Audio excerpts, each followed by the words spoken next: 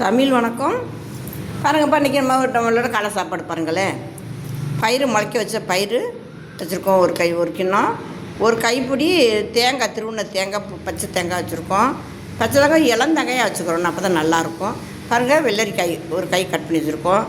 Nurse பாருங்கள், இந்த பயிர் ஐட்டங்கள்லாம் சேர்த்து வறுத்த பயிர் ஐட்டங்கள் கொஞ்சம் வச்சுருக்கோம். இதெல்லாம் சாப்பிட்டா கொஞ்சம் மொறுப்பு தான் தேடும் நம்ம சாப்பிட்றதுக்கு.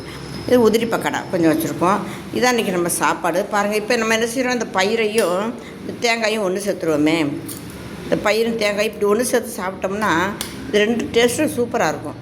நமக்கு சாப்பிட்றதுக்கு மெல்றதுக்கு ரொம்பவே நல்லா இருக்கும். தேங்காய் பாலோடு இந்த பயிர் சாப்பிடும்போது இது மெல்றதுக்கு ரொம்பவே நல்லாயிருக்கும்.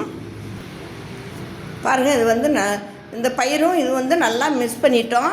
ரெண்டும் சம அளவு இருக்குது. பாருங்கள், நல்லா முளைக்க வச்ச பயிரும் இந்த தேங்காயும் சம அளவு இருக்குது. கண்டிப்பாக இது மாதிரிக்கு செஞ்சு நம்ம சாப்பிட்றோம், ரொம்பவே நல்லதுப்பா. ரொம்ப நல்லது. நம்ம இது மாதிரி செஞ்சு சாப்பிட்றது ரொம்பவே நல்லது, உடம்புக்கு ரொம்ப நல்லது. உடம்பு வெயிட்டை குறைக்கும், உடம்பு வயிறு சுத்தப்படுத்தும், ரொம்பவே நல்லது. இந்த ஐட்டங்கள் சாப்பிட்றது பாருங்கள், அருமையான சாப்பாடு.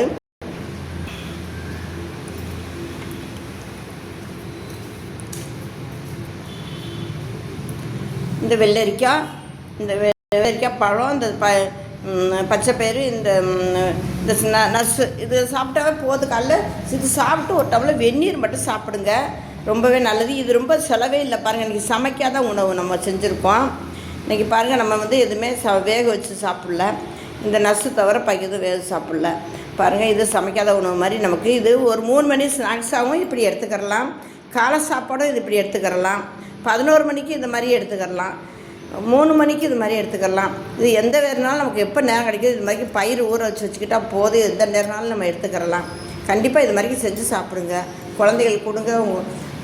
நீங்களும் செஞ்சு உங்கள் ஃப்ரெண்டுகளுக்கு ஷேர் பண்ணுங்கள். தமிழ் வணக்கம்.